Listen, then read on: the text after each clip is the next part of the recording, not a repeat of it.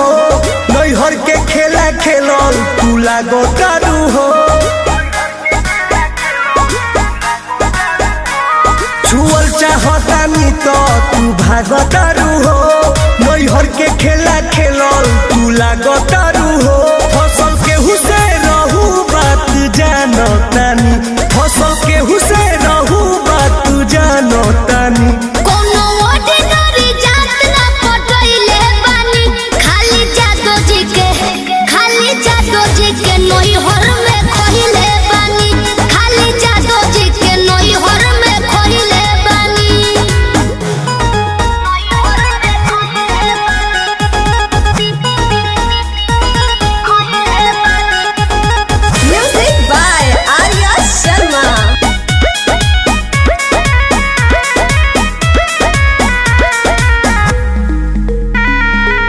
उनका अंदाज के खुला मिजाज के देखनी आधा तो फिदा हो गईनी हम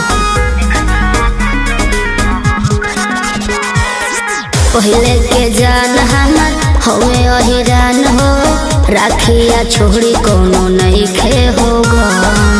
हमरे के धमकी तू देता हो अपना दोस्त नहीं लेता हो तहर बहिया समाज में तो धइले बानी तहर बहिया समाज में तो धइले बानी कोनो ऑर्डिनरी जात ना पटइले बानी खाली जादो जी के नैहर में खइले बानी खाली जादो जी के नैहर में खइले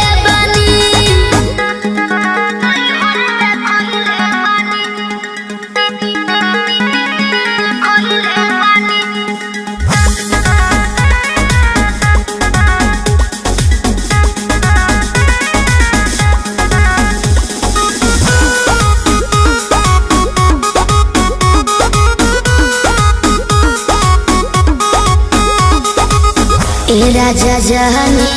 सच कहता नहीं बने के मन हमार रहे ओही रानी सुनील सागर के टुन लभर के असली मरद के ह पानी खंदानी ई मतलब सब बात रियल बाटे बेटा हर कोई मठा पियल बाटे नहीं झूठो के ओछरम लगावतानी नहीं झूठ